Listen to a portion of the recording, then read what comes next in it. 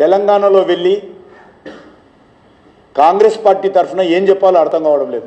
వాళ్ళ పార్టీ అధికారంకి వస్తుందని చెప్పలేడు, వాళ్ళ పార్టీ ప్రధానమంత్రి అభ్యర్థిగా పేరు చెప్పలేడు, వాళ్ళు అవినీతి పరులు, అవినీతి కుంభకోణాలలో కాంగ్రెస్ పార్టీ పని చేయలేదు, నీతివంతంగా పనిచేసింది అని చెప్పలేడు, రాహుల్ గాంధీ ఒక సమర్థవంత నాయకుడు అని చెప్పలేడు, సోనియా గాంధీ ఇటలీలో పుట్టింది అబద్ధము, భారత్లో పుట్టింది అని చెప్పలేడు, లేక ఆయన ఇచ్చినటువంటి 6 గ్యారంటీలు సమర్థవంతంగా అమలు చేస్తూ ఉన్నాం మేము, దాన్ని చూసి ఓట్లేయండి అని అడగలేడు.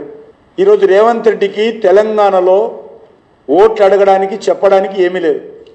ఈరోజు మనవి చేస్తూ ఉన్నాను తెలంగాణ సమాజాన్ని, సోనియా గాంధీ జన్మదినమైనటువంటి డిసెంబర్ 9న 6 గ్యారంటీలు అమలు చేస్తామని చెప్పారు కదా, మరి డిసెంబర్ 9 పోయింది, జనవరి 9 పోయింది, ఫిబ్రవరి 9 పోయింది, మార్చి 9 పోయింది, ఏప్రిల్ 9 పోయింది.